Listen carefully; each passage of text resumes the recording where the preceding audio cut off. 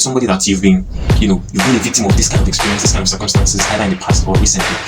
These are things that I believe you should do, because oftentimes when you acknowledge this thing in a way, or you just take it in a way, it often creates that disturbing effect, even if after that person had already left.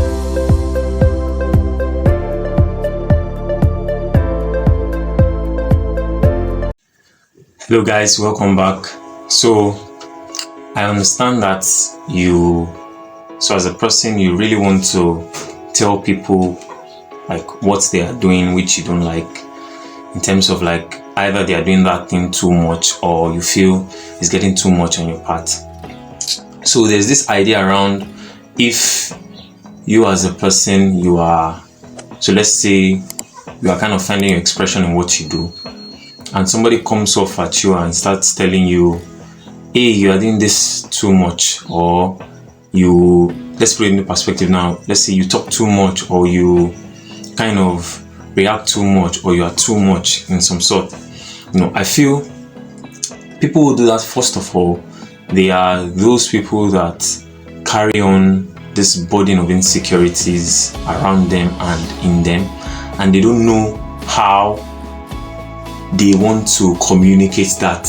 So they feel the best way to do that is to just lash out on the person and communicate it abruptly, which is often the worst way to do that thing.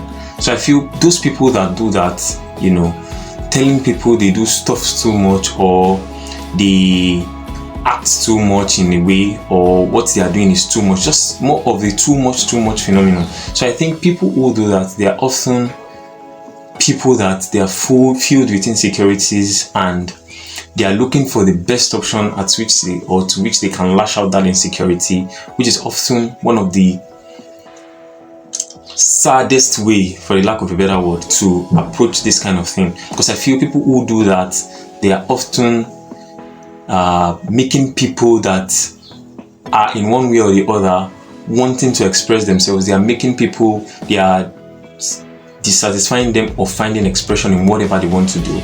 They are infringing on their human rights, and this is not to put it in the perspective of the civil human right now. I mean the human rights. So as humans, it is our duties to always find expression in whatever we do, no matter how silly it is, no matter how inconsistent it might be.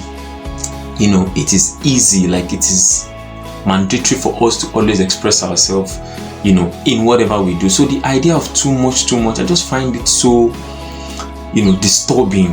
When I hear people say that to other people, tell them, oh, why are you doing this thing too much, or you talk too much, or you apply this too much, or your way of communicating is too much, or you write too much, or you just jump here and there too much.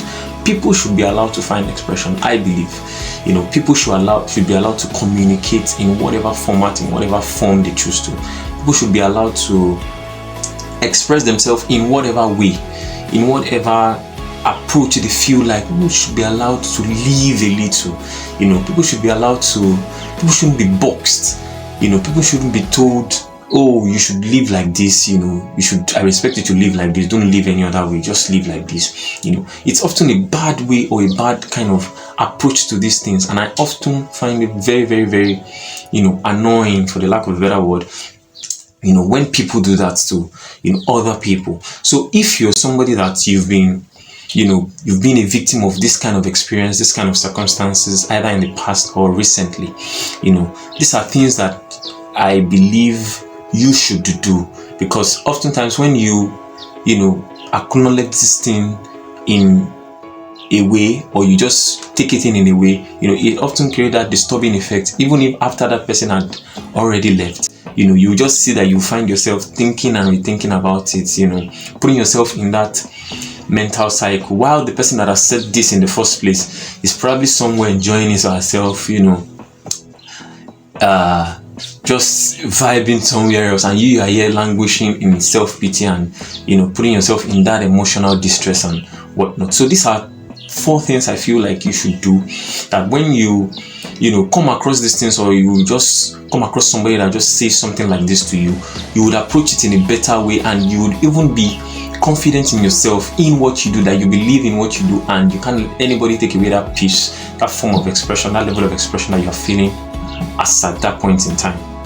So number one is you must first acknowledge it. So once, let's say somebody tell you like, oh, you are finding expression, you're communicating, and somebody comes up to you and tell you, oh, why are you talking too much like this, or why are you communicating too much like this, or why are you communicating this way? First thing is for you to own it, because if you try to push it away and try to neglect it or try to counteract on it, you would win at that moment. But you see that when you are alone, or when you are all by yourself, you kind of like start to ruminate on it and start to put yourself under unnecessary trauma, under unnecessary stress, when you are alone or when you are not in that environment anymore. So the first thing is to own it. So if it were to be me and somebody comes to me and tell me something like that, hey, you talk too much, or you are doing this a certain way and it's too much for me, I think, one thing I'll do is just tell the person that, oh, I talk too much. Oh, I really talk too much. Yes, I do.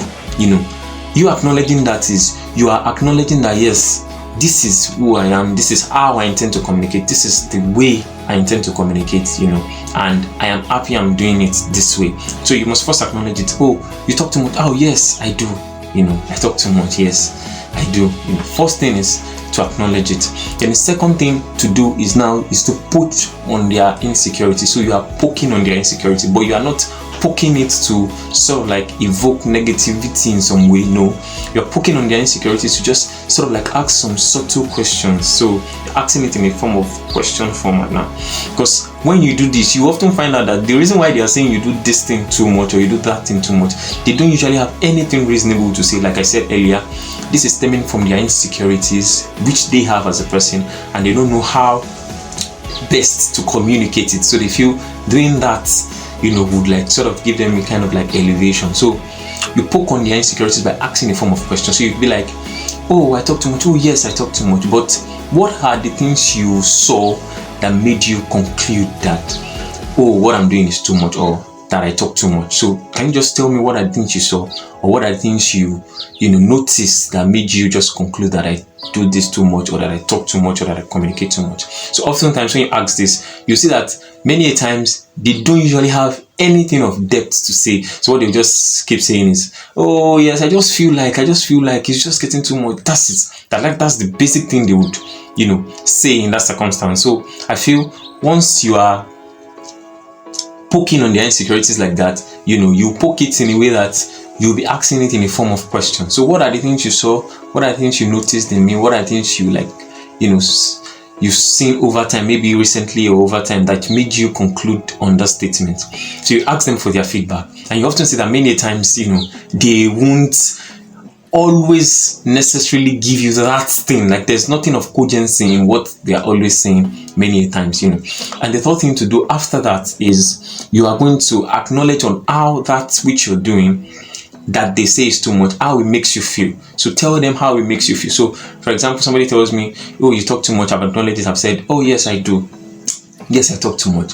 And you've asked that question, that, but what were the things you saw, or what were the things you noticed that made you just conclude on that statement that I talk too much? They're giving you their feedback. Then you now own that thing that you are doing, and tell them, communicate to them on how that you are doing, how it is making you feel. Oh, I talk too much. Oh, I express myself. I just find joy in expressing myself because it gives me that ability to relate with people more, to communicate more, to live a little, to tell to them, communicate to them on how that thing which they are saying is too much, how it is making you feel, the benefit you are deriving from doing that thing which you're doing. Communicate to them, let them understand the joy, the benefit you are deriving from that thing which you're doing. So it can be like, oh, I enjoy talking, because it gives me some sort of ability to express myself, to communicate with clarity, to engage with people, to connect deeply with people. So these are some of the benefits you can give. Just give a benefit of that thing that you're doing and how it is making you feel as a person. Then the fourth thing to do, and the final thing to do, is to support them and thank them for giving you that which they thank them for giving you that feedback which they are giving you, but you won't be able to part way with the things they say, or shield yourself or shrink yourself just because they've said what you said.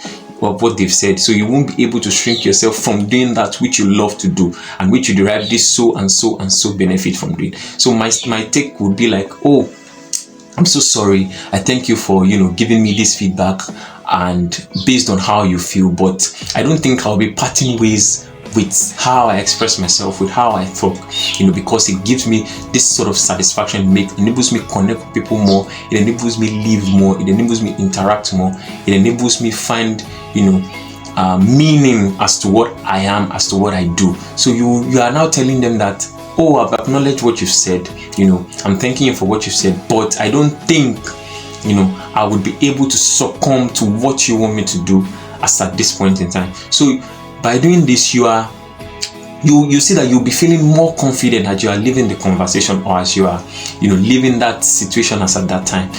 That circumstance won't even hold you back. So you feel more elated to go into the world, to go away from that and move away from that and start to explore way beyond what that person or any other person might have to say. So when you do this, when you replicate this, scenario in front of any other person that might come up with, oh, you do this too much, oh, you dance too much, oh, you interact too much, oh, the way you are doing is too much, is this, is that, it sort of gives you that leverage over time. As you feel more confident, you feel more expressive, because you as a person, you should be allowed to express yourself freely. You should be allowed to do things that you want to do, not based off of opinion of others, because people will always have opinions whether you like it or not. People always have their way of communicating, way of giving their own view to things, whether you like it or not. So the earlier you start to embrace this side of you, the earlier you start to communicate regardless of whatever anybody thinks, and apply these strategies, which is, number one, you own it first. Number two, you poke on their insecurities, but not negatively, but in form of asking questions. Number three, you sort of tell them the benefits you are deriving from that thing which you're doing. And number four is to acknowledge them, to thank them for giving you that feedback, but you won't be able to part way with that thing that they are saying you do too much based on this benefit that it's giving you. So thank you so much for staying tuned to the end, and I'll see you in the next one. Bye.